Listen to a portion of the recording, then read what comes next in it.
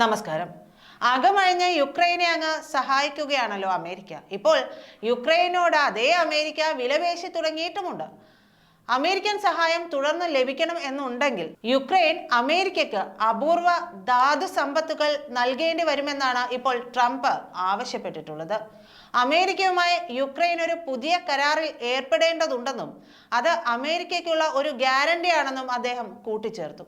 2024 world economic forum report അനുസരിച്ച് പ്രതിരോധം, hi tech, ഹരിത ഊർജ വ്യവസായങ്ങൾക്ക് അത്യാവശ്യമായ നിർണായക അസംസ്കൃത വസ്തുക്കളുടെ ഒരു പ്രധാന ആഗോള വിതരണക്കാരൻ എന്ന നിലയിൽ യുക്രൈന് വളരെയധികം ധാതു സമ്പത്തുണ്ട്.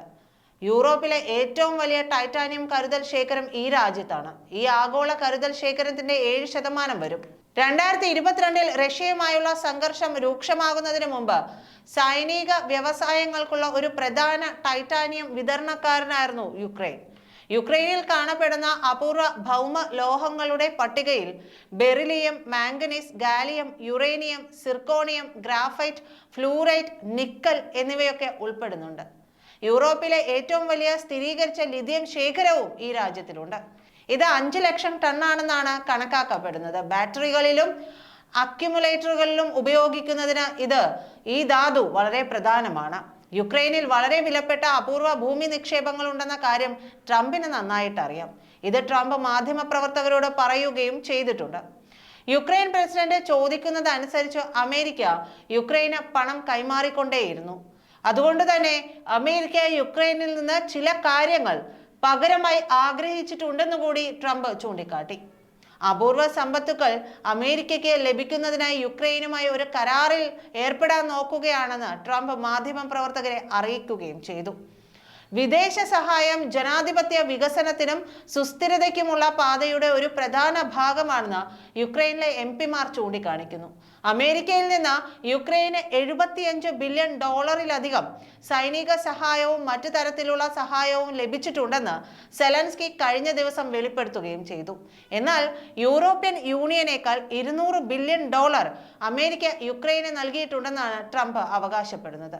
ആ കണക്ക് എവിടെ നിന്നാണ് ഉത്ഭവിച്ചതെന്നോ പണം എവിടേക്കാണ് പോയിരിക്കുന്നതെന്നോ തനിക്ക് അറിയില്ലെന്ന് സെലൻസ്കി മറുപടിയും കൊടുത്തിരുന്നു. 2022 മുതൽ അമേരിക്കൻ കോൺഗ്രസ് യുക്രൈനായി ഏകദേശം $175 ബില്യൺ അനുവദിച്ചിട്ടുണ്ട്.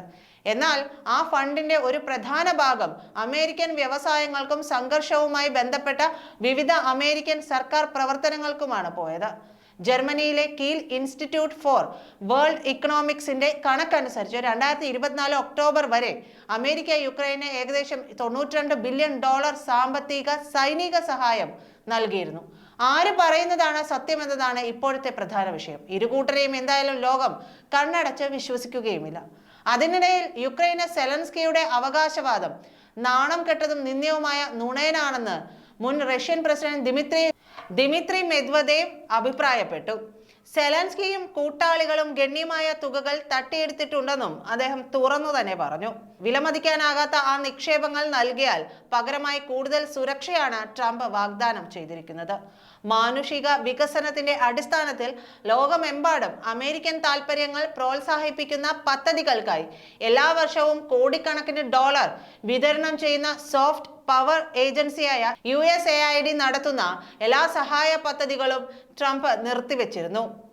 യുക്രൈനിലെ നിരവധി സഹായ പദ്ധതികൾക്ക് ഈ ഏജൻസി മേൽനോട്ടം വഹിക്കുന്നുണ്ടായിരുന്നു. ഇതിന് മറുപടിയായി മുടക്കിയ സഹായങ്ങൾ അമേരിക്ക വീണ്ടും നൽകണമെന്നാണ് യുക്രൈനിയൻ എംപിമാർ യൂറോപ്യൻ യൂണിയനോട് ആവശ്യപ്പെട്ടിരിക്കുന്നത്.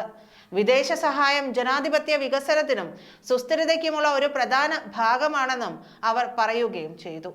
എന്നാൽ എന്തെങ്കിലും ലാഭമില്ലാതെ ഇനി അങ്ങോട്ടൊന്നും അയക്കില്ലെന്ന നിലപാടിൽ ഉറച്ചു തന്നെയാണ് ട്രംപ്.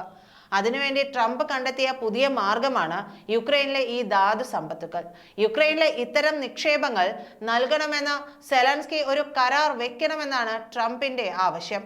ഒരു വശത്ത് അദ്ദേഹം സെലൻസ്കിയിൽ നിന്ന് അപൂർവ എർത്ത് ലോഹങ്ങൾ ആവശ്യപ്പെടുകയും ഏകദേശം $1 ട്രില്യൺ സൈനിക സഹായം വാഗ്ദാനം ചെയ്യുകയും യുക്രൈനുള്ള സാമ്പത്തിക സഹായത്തിൽ സജീവമായി പങ്കെടുക്കാൻ യൂറോപ്പിനെ നിർബന്ധിക്കുകയും ചെയ്യുന്നു. മറുവശത്ത് യുക്രൈനിലെ പോരാട്ടം പരിഹരിക്കുന്നതിനുള്ള പദ്ധതികൾ ഇതിനോടകം തന്നെ നടപ്പിലാക്കുന്നുണ്ടെന്ന് പ്രഖ്യാപിക്കുകയും ചെയ്യുന്നു. റഷ്യൻ പ്രസിഡന്റ് വ്ളാഡിമിർ പുടിനുമായുള്ള ട്രംപിന്റെ ബന്ധം എല്ലാവർക്കും അറിയാവുന്നതാണ്.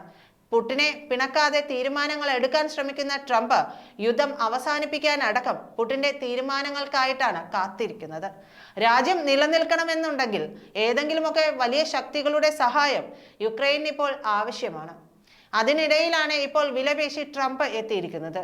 കയ്യിലിരിപ്പ് കൊണ്ട് കുളം തോണ്ടി തുടങ്ങിയ രാജ്യത്തിന്റെ അടിത്തറ നിലനിർത്താൻ ഇപ്പോൾ സ്വന്തം രാജ്യം തന്നെ പണയപ്പെടുത്തേണ്ട ഗതികേടിലാണ് സെലൻസ്കി ഉള്ളത്.